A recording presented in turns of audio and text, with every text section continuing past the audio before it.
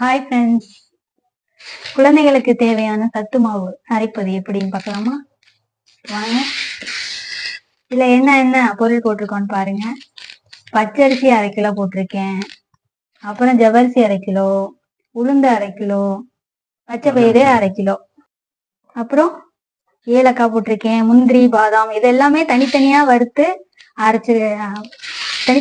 வச்சிருக்கேன். நான் அரைக்க முடியல, என்னால அரைக்கணும். இத பால்ல அப்படியே குழந்தைங்களுக்குலாம் நைஸா அரைச்சு பால்ல போட்டு 1 ஸ்பூன் போட்டு உப்பு கொஞ்சம் சர்க்கரை போட்டு பிள்ளைங்களுக்கு கொடுத்தா நல்ல சத்து, பிள்ளைங்களுக்கு ஹெல்த்தியா இருக்கும். பிள்ளைங்க கொஞ்சம் நம்ம பால் அப்படியே கொடுக்கறதுக்கு கொஞ்சம் இந்த மாவை கலந்து கொடுக்கும்போது பிள்ளைங்களுக்கு இதுக்கு தேவையான சத்து எல்லாமே கிடைக்கும் பிள்ளைங்களுக்கு. நீங்களும் ஒரு நாள் ட்ரை பண்ணி பாருங்க.